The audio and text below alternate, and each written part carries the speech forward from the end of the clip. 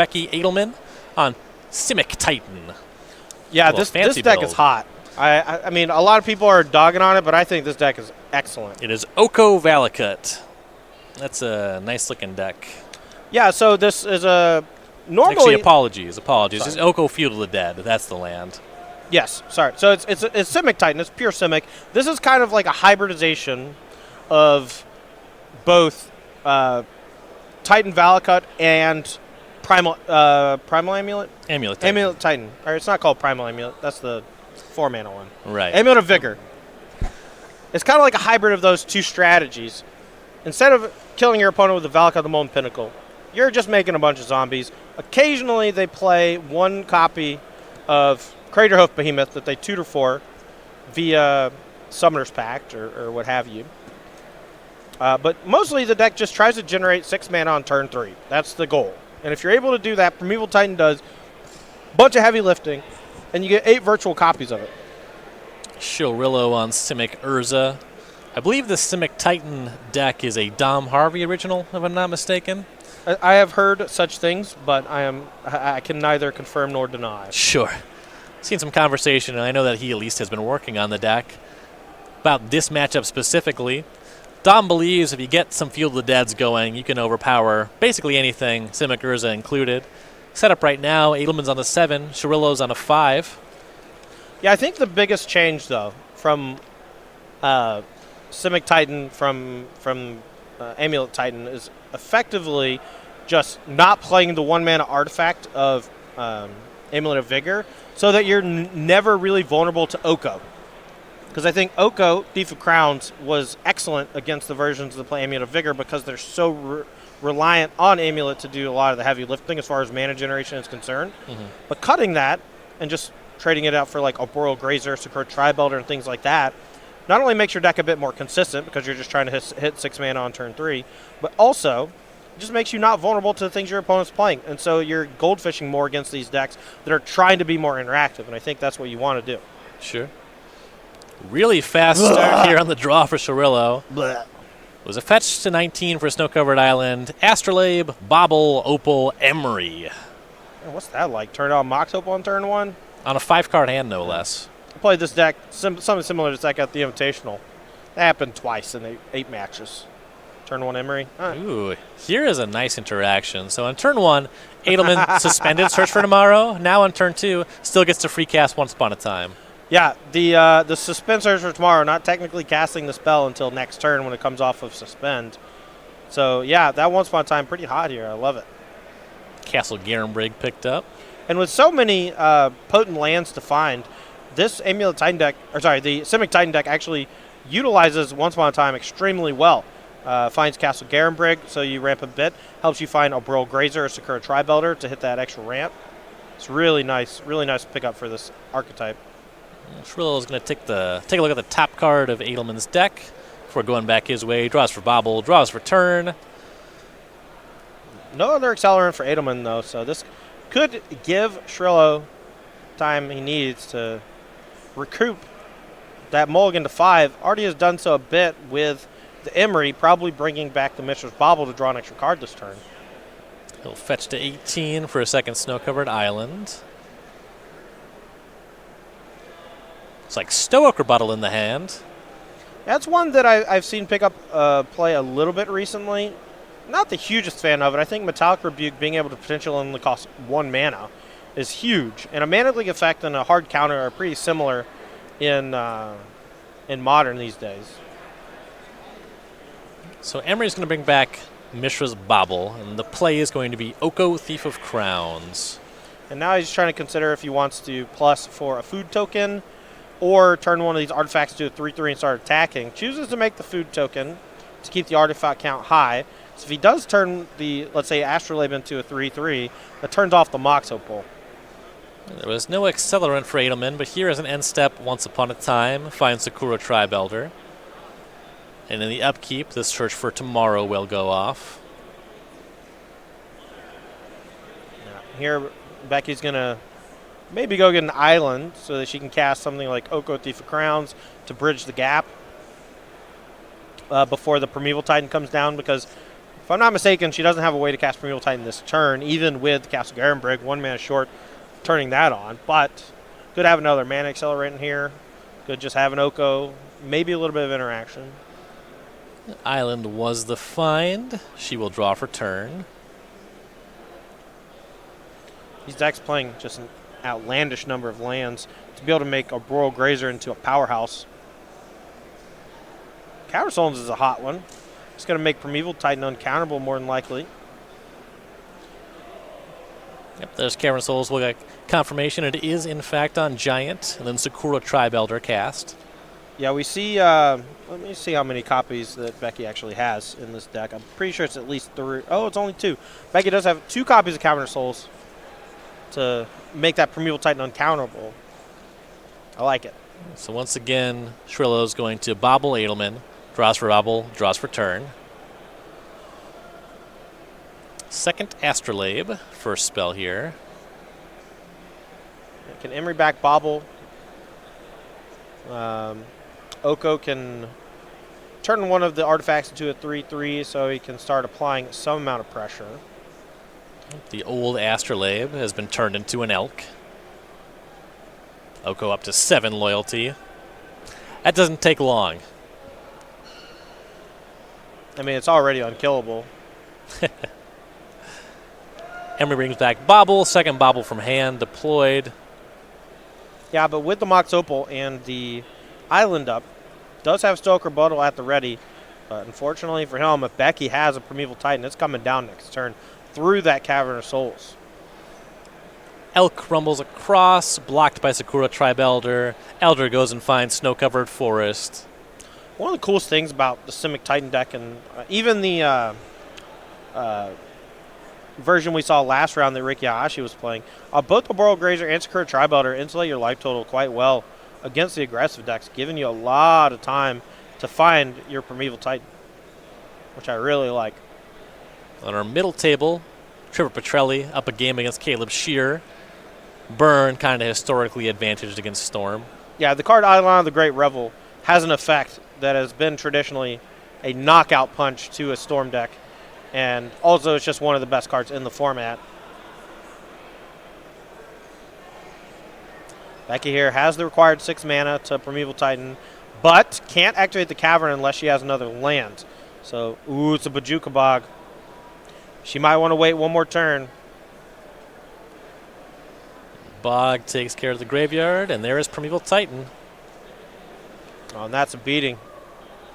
Because even though the Cavern of Souls is on the battlefield, you need to spend 4 generic-ish mana to activate the Castle Garenbrig. So the uncounterable effect is not active yet. Yeah, still Rebuttal able to catch it because of that castle. Untapped land would have been preferred to the Bog, you got to figure. Yeah, but that's kind of the downside sometimes of playing those utility lands that you can find off Primeval Titan. Sometimes you just draw them. It's the only land that you draw. Yeah, so still no third land for Schirllo, but a backup Mox Opal means he gets to Urza now. Yeah, and with Emery, can also just generate that extra 4th mana at will. Can't use it to cast something like Cryptic Command defensively, but can certainly cast Urza here pretty easily. He lost 1 Bobble to the Bog, but he's going to get back the other one. That one was still on the battlefield, and he had used that going into this turn. All right, so Urza was the play. Now Schirllo's in Hyperdrive. Has access to so much more mana now thanks to the fast mana ability of Urza. But these Simic versions use that mana defensively quite often with things, various counterspells, you know.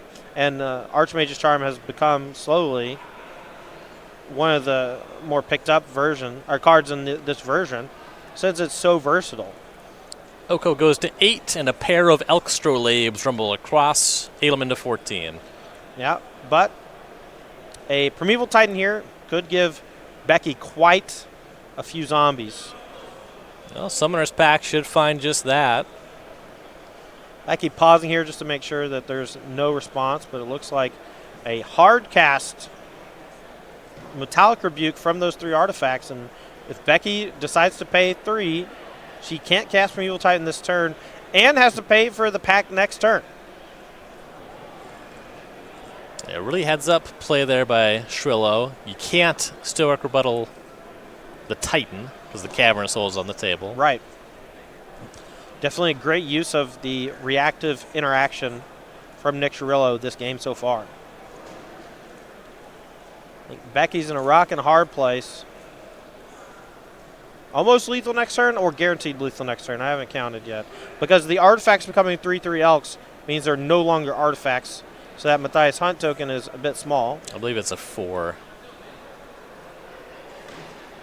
So there's 12 points on the table.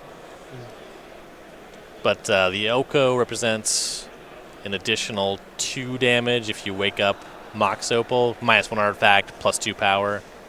Sure. He has a bunch of mana at his disposal too, so I'm assuming that that can be found. So Becky here needs to probably put up some piece of defense since she can't cast Primeval Titan this turn. But now the question becomes, can she still pay 4 next turn and cast Primeval Titan? And I think the answer is no. So she did pay to resolve that pact. Plays a Vesuva tapped. Gonna Bajuka Bog again. Yeah, and that does eliminate the Mox Opal from the graveyard, and that makes it a little harder for Schirllo to play a 4-mana spell if he's unable to draw a second Mox Opal or a land. Or third Mox Opal or a land. Engineered Explosives on 1 for Adlman. This is actually kind of nice. Yeah, that's a hot one. Clear up those 2 Elks. Yeah, cleans up the Elks because Astrolabe does maintain the name and casting cost. Just no longer has any text box and becomes a 3/3 Elk.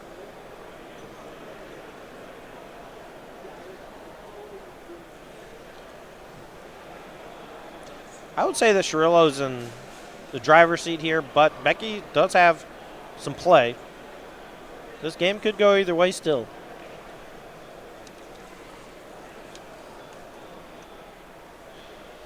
Let's see how he wants to navigate this turn. No longer going to be looking for lethal, because that explosives is pretty cleanly knocking him off of that this turn. So wants to think a couple turns down the line at this point. Could still come in for a chunk. Can turn the food token into a 3/3. And that combined with the construct and the Urza itself represents a reasonable amount of damage. Yeah, so Oko does animate the food. Has an Astrolabe in hand, but can't really play it for fear of the Engineered Explosives. I assume that we're just going to see an attack from Schirllo here. Just come on in with everybody. Maybe not the construct if he thinks he might need the mana. Since it's not a lethal attack, that extra mana usage could be important for development this turn.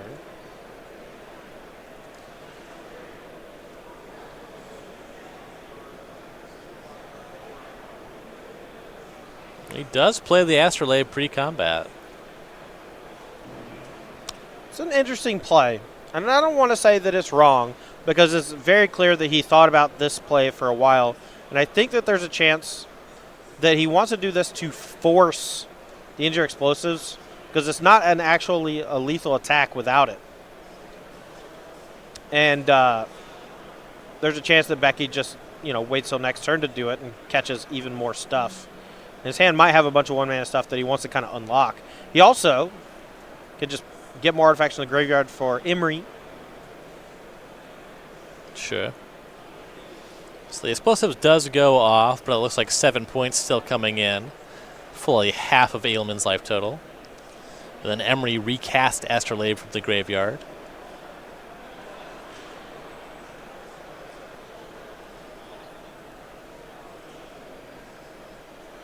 The Gilded Goose added to the squad. There's just so much juice in the tank for these Simic Urza decks.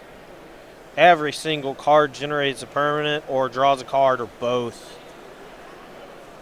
It's just mentally taxing to play these decks as well, especially over 2 days. I can only imagine.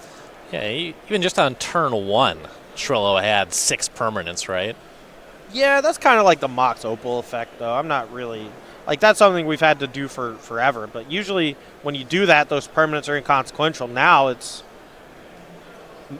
Bobble, and then that combined with Imri gets kind of out of hand. So Adlman pays for Pact, then casts Search for Tomorrow, finds Snow-Covered Forest. Well, unless Becky has an Arboreal Grazer or like land plus occur Tri-Bolter, the game looks to be over. It looks to be over even with either of those things, honestly. Unless maybe Feel the Dead comes off of this here, but no. Yeah, I mean, Schirllo can just trade some artifact for the Grazer with the Oko, and that'll wrap things up.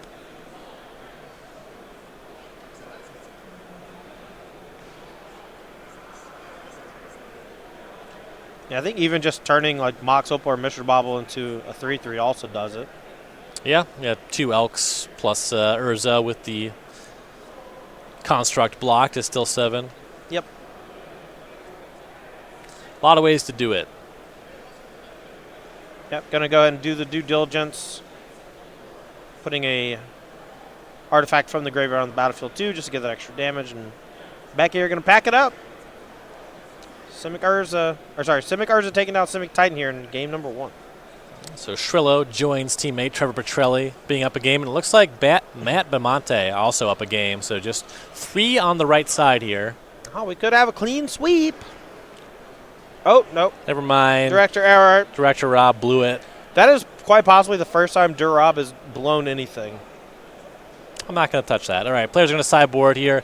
Becky Adlman, 3 Mystical Dispute. I didn't mean it like Abrupt that. Decay. Like what? 2 Like Abrupt nothing. Decay, 2 Ashiok, Dreamwinder, 2 Dismember, 2 Damping Sphere, 1 Veil of Summer, a Thragtusk, a Reclamation Sage, and an Engineered Explosives.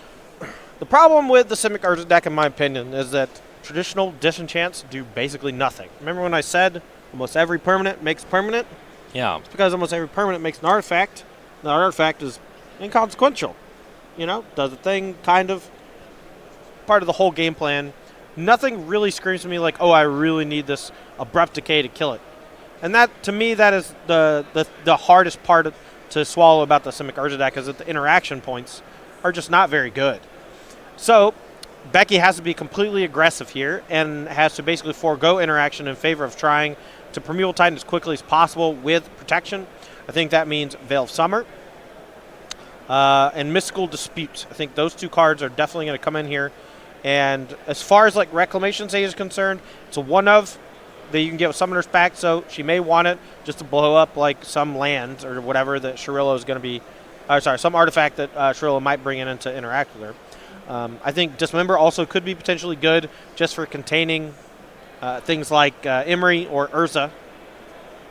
I don't really know what she's going to take out, though. Her whole deck is basically Ramp Titan. You know, What do you change in that scenario? I don't know. Figure the plan's still very much just trying to get to Field of the Dead faster. Right. All right, for Schirllo, sideboard is 3 Mystical Dispute. They got that in common, but then we take a turn. 3 Blood Moon, 3 Veil of Summer, 2 Grafdigger's Cage, 2 Dismember, a Ceremonious Rejection, and a Weather the Storm. Here, like in game 1, we're going to see Schirllo be very reactive and try to basically become the control deck if he's not already the control deck. And I think he can do that a number of different ways. This version of Simic Urza is splashing red lightly for Blood Moon off of both Astrolabe, Mox Opal, and some of those fetch lands. Probably has Steam Vents. I haven't even looked at the list. I assume there's Steam Vents. But Blood Moon here, going to be quite good against the Field of the Dead deck for obvious reasons.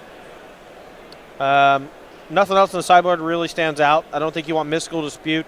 Deck is mostly green, has a few blue cards worth countering, but not worth having a dead Mystical Dispute in your hand for most of the game.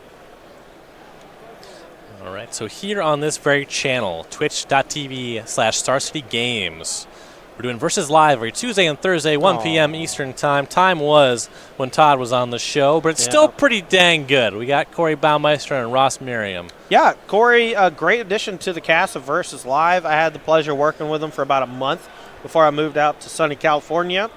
Versus Live is just an awesome show where we showcase decks that did well the previous week. And I say we because that's how I always apologies. Showcase decks every week that did well the weekend before.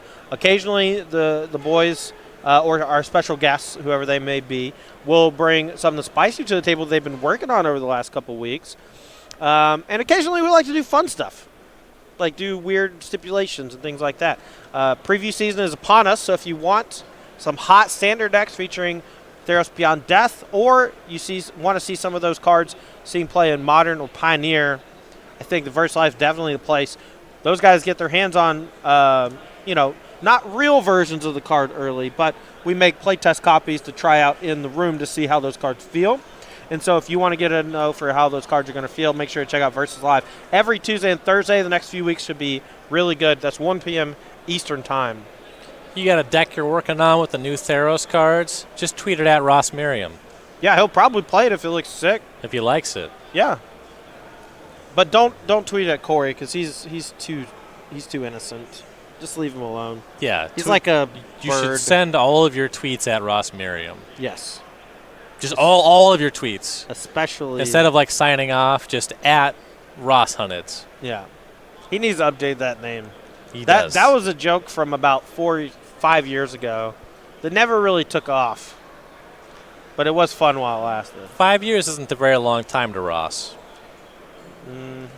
Are you saying because he's old? Yes. He's younger than me. Yes. He's younger than you.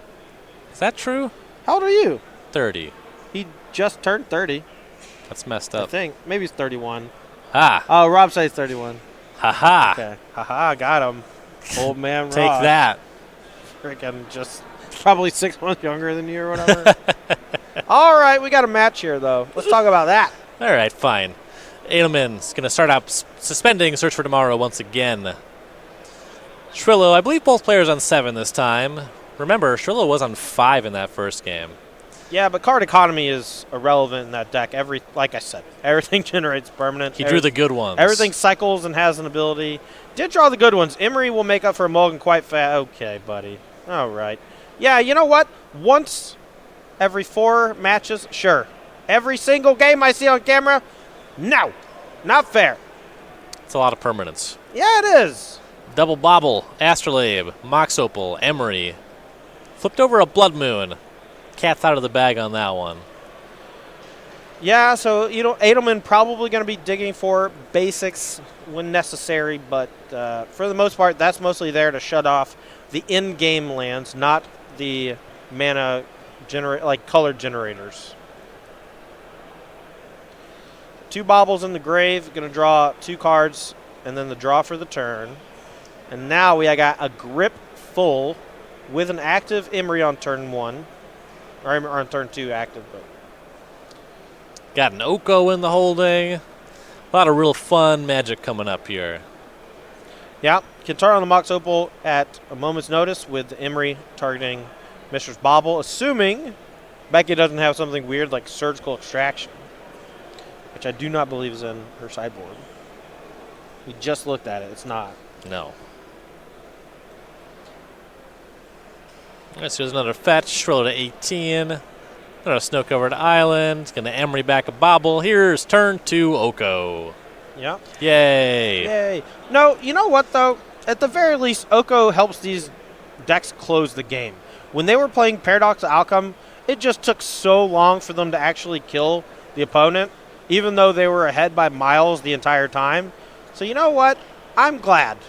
I'm glad Oko has found a home in Modern. It really needed some help finding a home in Modern. Right. Now it's got this Simic Urza deck. I can't do it. You tried. I tried you so gave hard. It, you gave it your best, man. You told me I needed like one round, and I couldn't do it. I couldn't do it. It's just a great We had a card. conversation. We're going to see a lot of Okos this weekend. We're going to see a lot of Simic decks, many of them Urza. So I told Todd, all right, we want to cool it going into the weekend so we can build up. So we want rising action, Oh, we're okay. All right, I'm back down. All right. That was a trimmer. The earthquake's coming, baby. A taste of what's to come. Category 8 is on the horizon. Foreshadowing. Just stick around if you want to see me blow up about something. So Oko elked up Astrolabe. That attack. Dude, that's elked up, man. That is elked up. Adlman sacrificed a Core Tribe Elder. Search for Tomorrow went off. Found a swamp and a snow-covered forest. There's a castle there. We'll see if she can have a Titan this turn. Now, the swamp grab makes me assume that Becky actually cited in Abrupt Decay as an extra piece of answers to various things that could be problematic. That Blood Moon, answer to Blood Moon is actually huge. Blast Zone is land number 5. Yeah, and that does come in on 1, so it can blow up the Astrolabe. The problem So Schirllo can just get it back. Thanks to Emery. Becky here looks like she's consulting with one of her teammates to try to figure out the optimal line. One of the benefits of these here team tournaments is, hey, I don't know what to do this turn, friend. Can you give me your opinion? You know what they say about opinions. When they're from your friends, they're okay. That is what they say. That is what they say. Very common phrase. Abrupt Decay takes down Oko. That's where they landed. I love you so much, Ryan. He just lets me do and say whatever I want. He just rolls with it. Yeah, oh yeah. We're a team. That didn't sound very convincing. I will sink with the ship. Now that I believe. Yeah. Man of valor. All right. Bobble end step. Schirllo's going to draw for that. Draw for turn. Brings back Astrolabe. Becky did decide to use the Abrupt Decay to kill the Oko, which will significantly slow down the clock from Schirllo and potentially give her some time to find Primeval Titan. All right, so now Bimonte. Rob was just quick with the trigger, but now Bimonte up a game. Seems like a lot of things are happening. Couple spells, little Urza, you know. Storm count is 6, I think. Yeah. Artifact constructs like a 12/12. Well, the Elk is not an artifact, so it's only a 4/4. It's not that big. Well, in mathematics, the concept of similarity merely means there's a ratio between the two things. It's actually among the most meaningless mathematical terms. I wasn't going to say anything, but the moment you started talking about math, I just thought, man, this is irrelevant. And then you confirmed it. Oh, yeah. You later confirmed my theory. I never got to lay my good math beats on when I was working with Matthias because he would really get into the math. Oh, yeah. If you try to argue with Matthias or Ross and you bring up math, they're just like, ho, ho, ho. The other thing you understand about math. He feels the dead. Do I? Land number 6 for Adlman. That is land number 6. It's also land name number 6 I'm because of Snow Force. Hey, you're using math right now. Oh, my God. Somewhere, Ross just like, his ears perked up like a dog. He's just like, oh, somebody said math.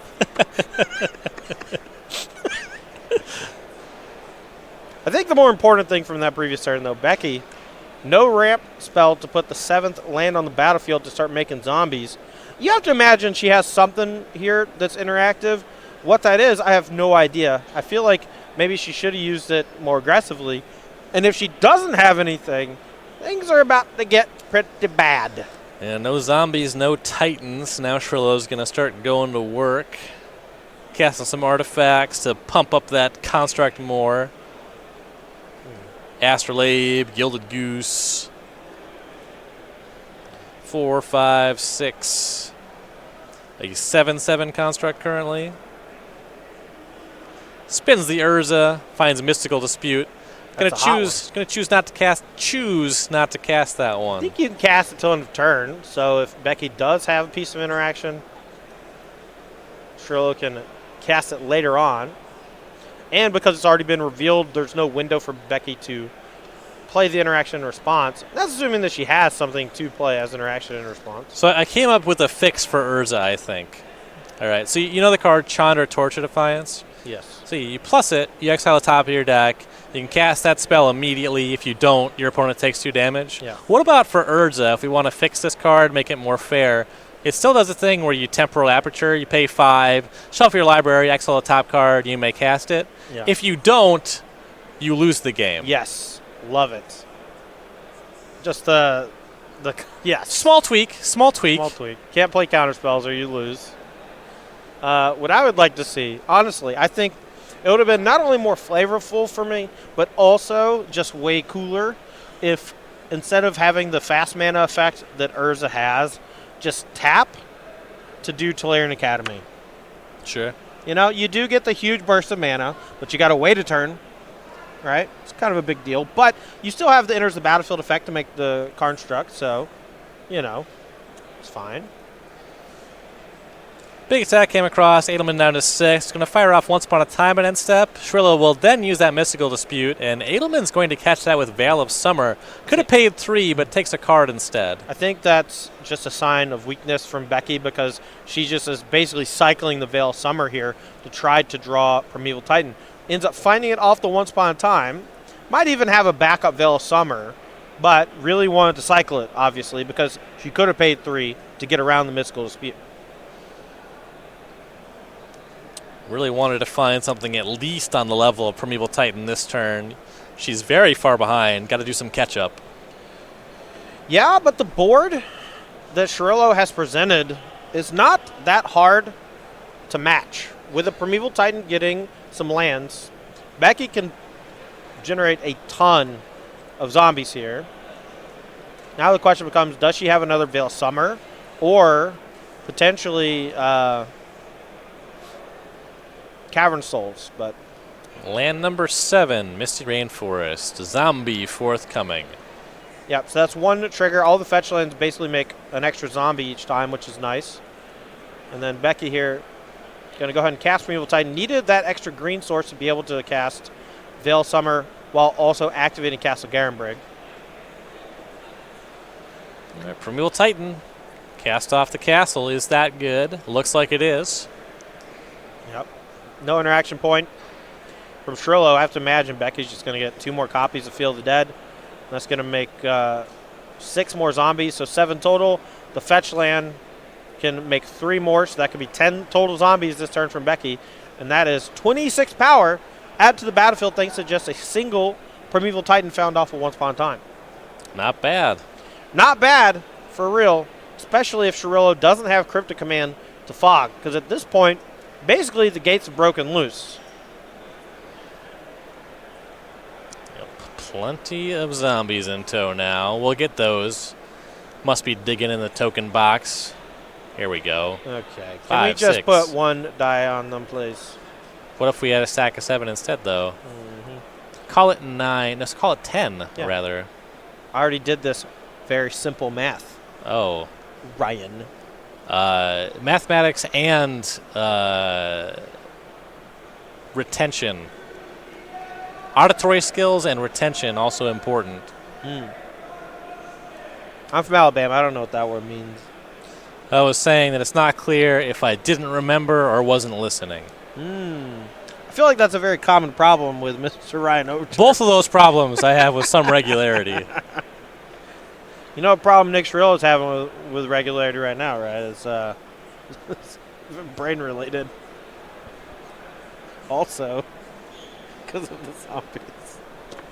Oh, zombies eat brains. Yeah. I was like, what the hell did you just say? I'm actually no longer going down with the ship. Oh, there's just Ninja Explosives. Forgot about that one. Whoops. Becky probably didn't forget about that one.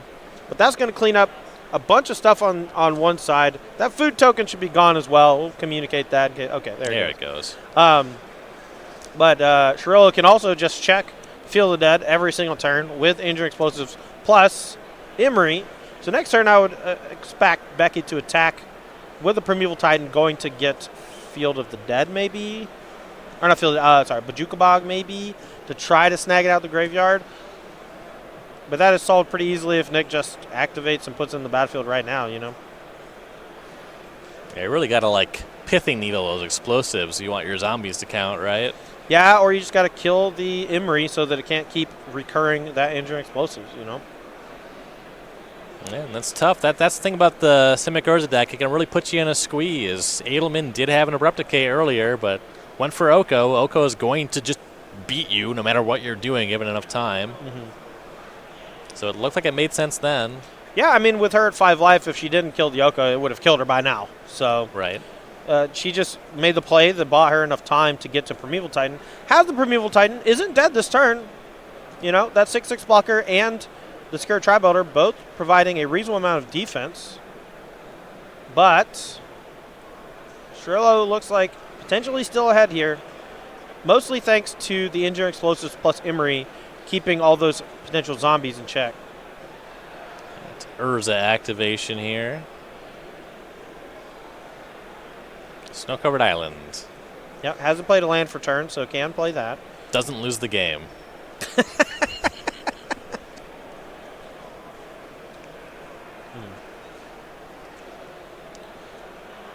All right, let's see if Schirllo here can try to figure out a way to actually get back ahead. I think right now we're basically at parity in a holding pattern. Becky getting to untap, though, could have a pretty dynamic turn, depending. The blast zone, she can start taking that up to 3 to eventually destroy the Emery so that the zombies start sticking around. Can also attack with Primule Titan and just go get 2 fetch lands. And then later, those can be used to just make a bunch of zombies at instant speed. Yeah. So a second Gilded Goose made of food for Schirllo. So currently the old goose, the food, and the untapped land are leaving up explosives on 0. Yeah, and notably the explosives can actually tap itself. It's weird. It doesn't actually tap to activate like a lot of those artifacts that sacrifice. So with Urza, it's particularly dumb. And of course, by dumb, I'm using the Magic slang terminology of that it's very good. Oh. I thought you were just saying that it's stupid.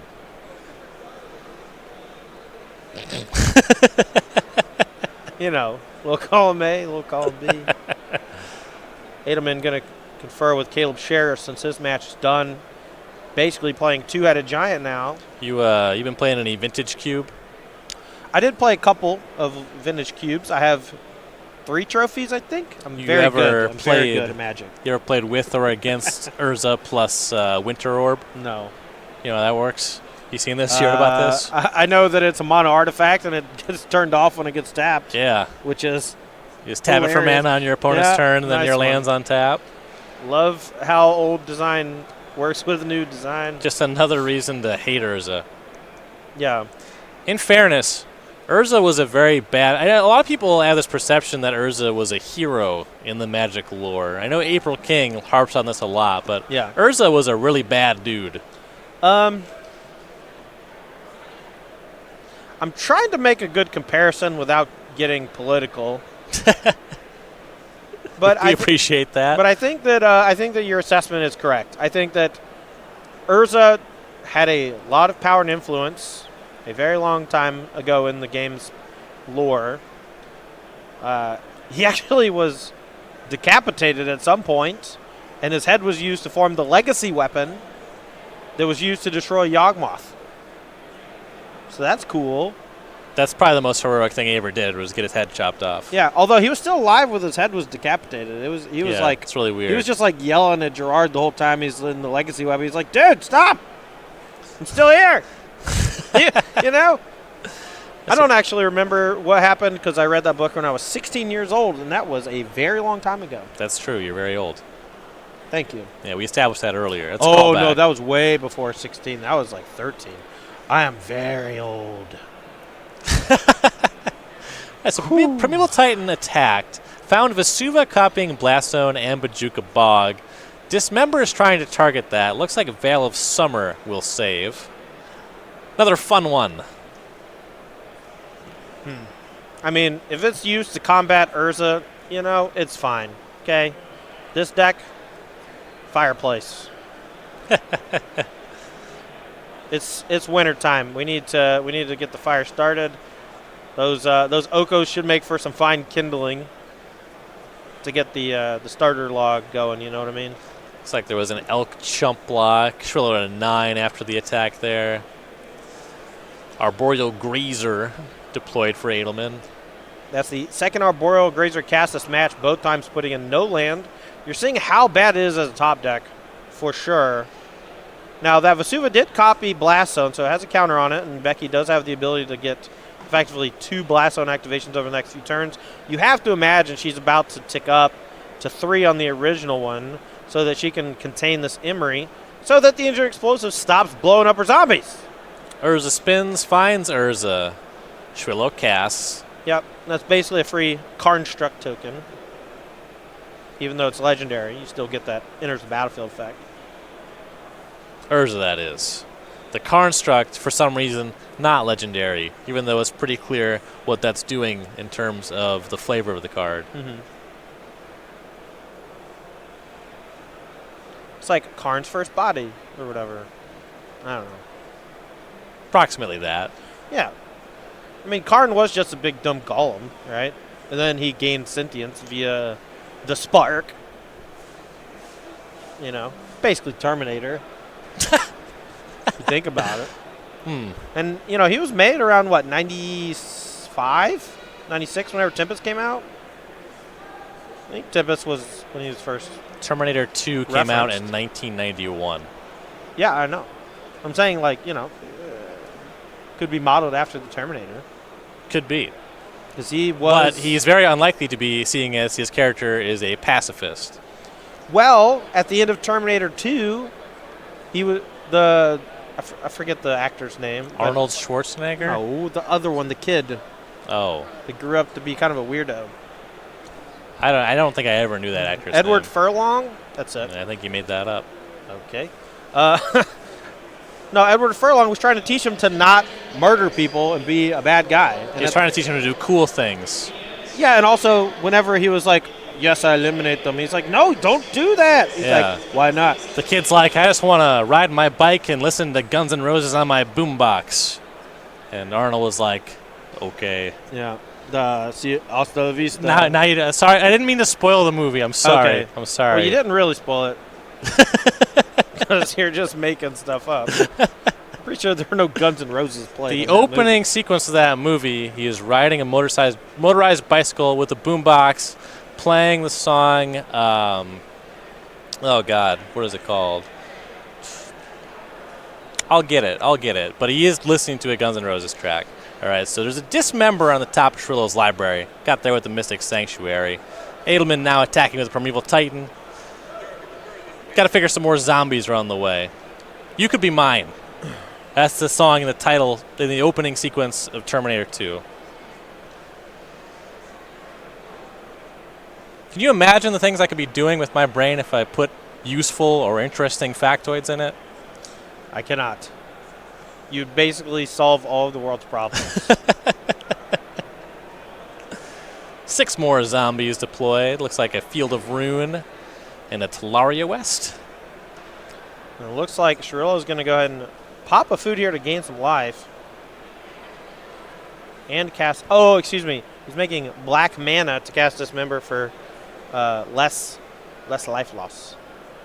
Must have been drawn off of a bobble or some such. Yeah, that makes sense. Yeah. And here's the block.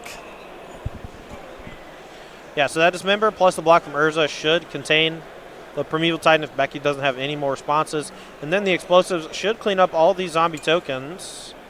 Primeval Titan down. Zombies cleared. Becky doesn't have a fetch land, but does have at least one land to play from hand. Of course, the Titan was shrunk -5/-5 from the Dismember, so it is gone. And it was only 1/1, so the Urza sticks around. Shields are down, though, so if Becky has a good follow-up here, can use the Blast Zone to take care of the Emery so that the injured explosives can't come back anymore, and then can maybe play a land or a ramp spell from hand to make some more zombies.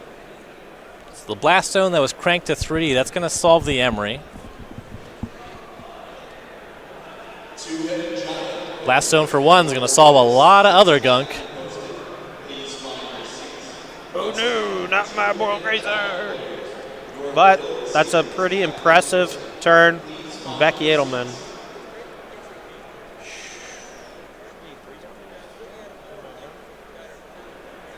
That was a land played. I believe that should have made 3 zombies there, if I'm not mistaken. Yeah, I'm sure they'll catch it. We'll get it sorted. Pretty sure it should be 3. But the Secure Tri-Builders do represent a ton more zombies coming across over the next few turns. I can only imagine that unless there's another injured explosives or something there from Schirllo, or running cryptic commands, that this game is basically over. And if all he's going to do is spend with the Urza, then this game is way over.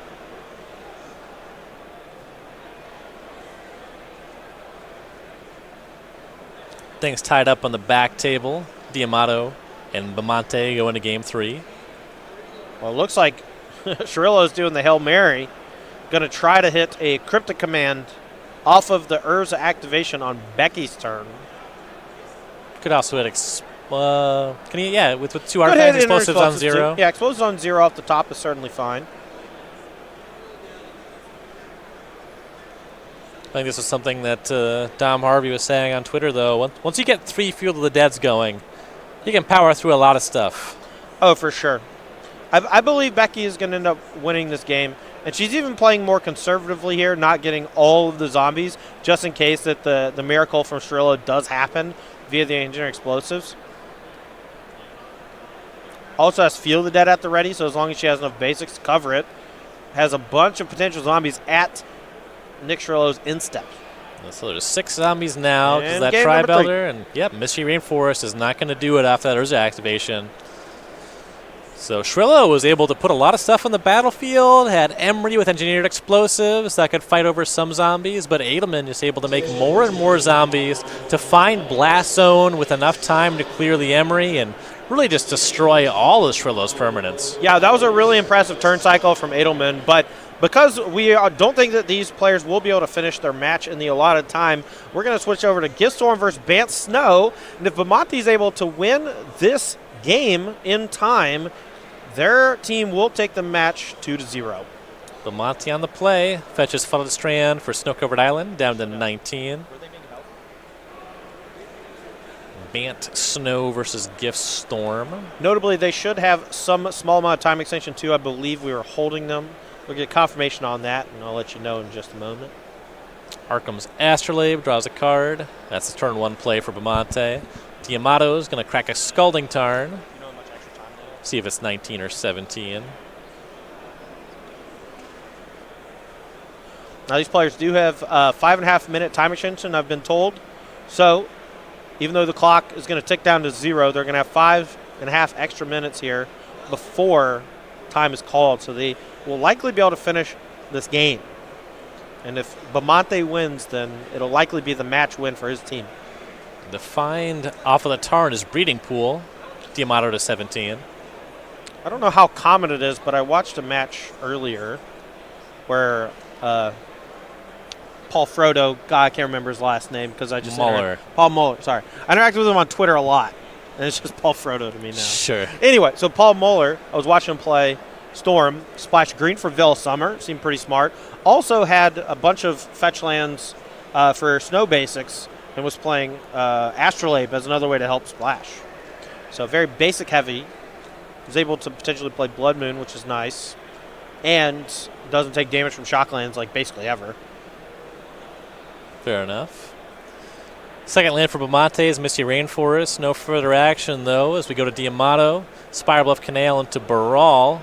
Looks like Bimonte has some action on that.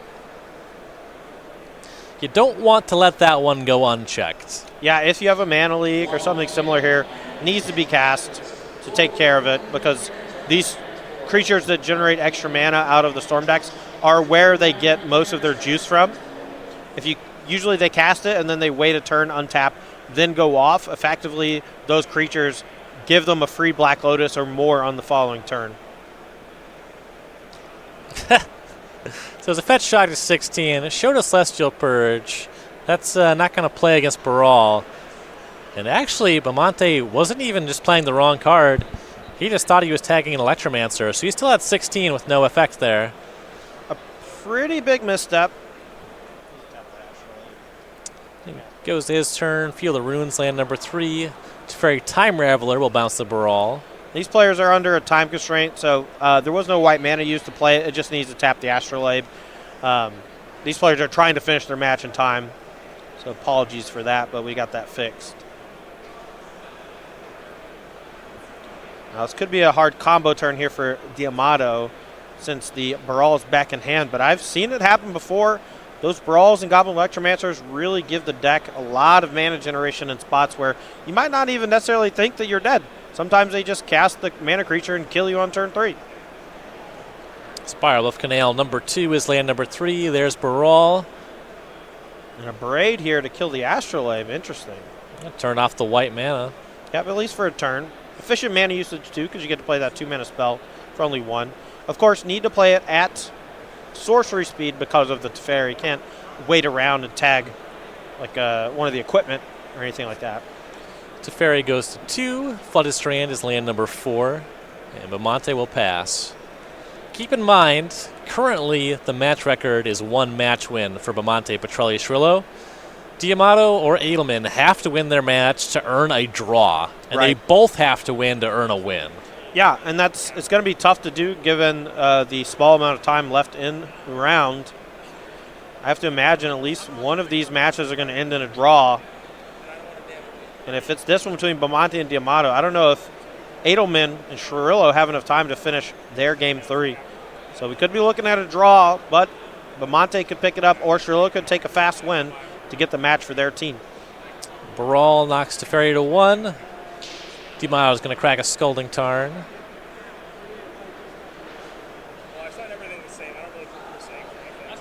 Now, I assume that Damato is just going to go for it this turn. Cannot imagine he can wait too often. The Teferi is going to basically force him to play at sorcery speed for the rest of the game. So no end-of-turn gifts and givens to start a counterspell battle. Just kind of has to find stuff and just do it as it's drawn, you know. Opt. Scries to the topped. Opt to the topped. Goblin Electromancer. It's funny, he actually just gave a tell that he has Veil Summer, I think. May not have it, may be a bluff. Well, doesn't really matter if he has it, right? Right, that's what I'm saying. May have given it away on accident.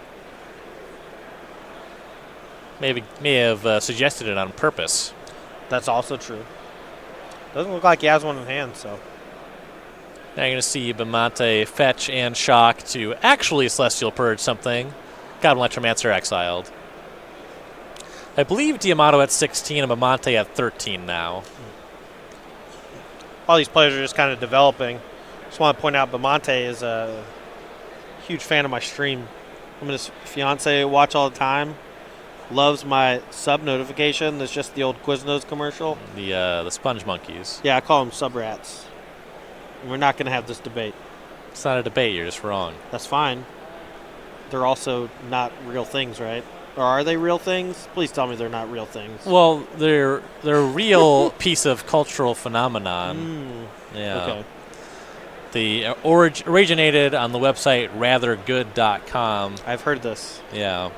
They sang a song about the moon, and then for some reason, the people who own Quiznos decided that these horrifying monsters would make people want to eat submarine sandwiches.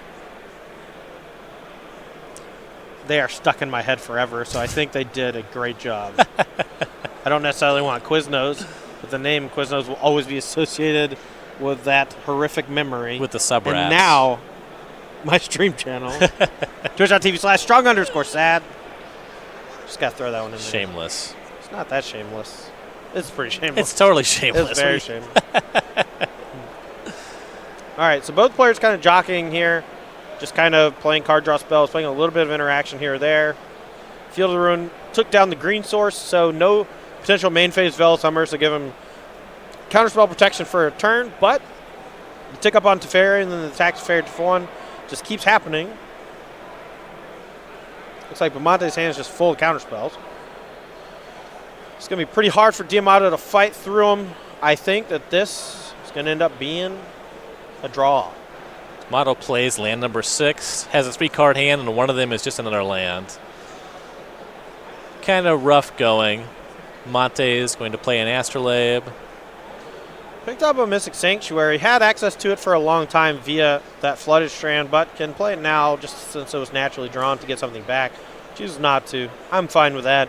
Getting back something like Opt is not really ideal.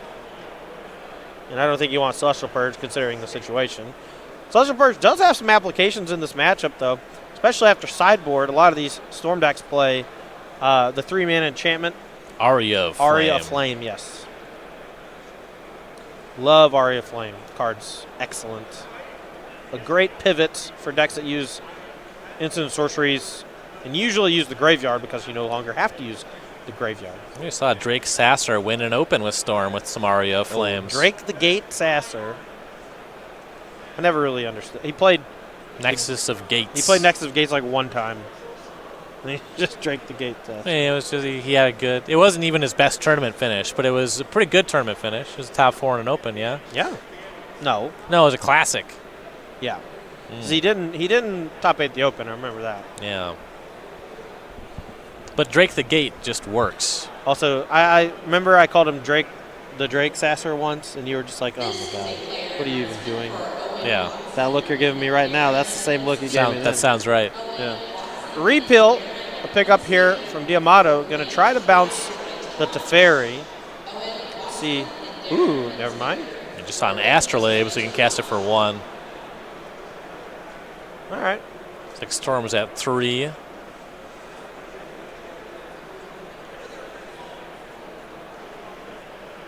It's been Opt, Manamorphose, Repeal on Astrolabe. Yeah, the 1-mana repeal, draw a card here, potentially giving Damato the right combination of things to potentially go off here. Now, whether or not he can go off through a counterspell, I doubt. Past in Flames, it's going to be exiled by Force of Negation, exiling Mana Leak. Okay. Empty the Warrens. All right, 12 Goblins. That ain't bad. 12 Goblins here from Damato. It's going to potentially get him this game. Unless Bimonte has something like Supreme Verdict. He can buy some time. Maybe get a draw in this All right. I was gonna be secret about this, but I see Rob has updated the graphic. You see Nick Schirllo did end up winning Game 3 in pretty quick fashion there. So it's going to be Bimonte